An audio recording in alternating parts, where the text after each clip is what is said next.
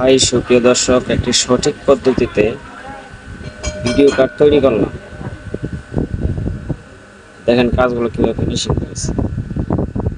একটি রেকটিফায়ার দিয়েছি যাতে ভিডিও কার্ডটা নষ্ট না হয়। লাইনগুলো দেখেন কিনা পরিষ্কার করে দিয়েছি।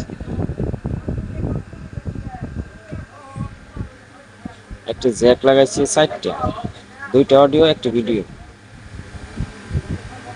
আবার এইখানে একটা চার্জার মডিউল ফিট করছি। চার্জারের ভিতরে সবগুলো লাইন থাকবে যাতে কারেন্ট শর্ট না করে সার্কিট পুড়ে না যায়।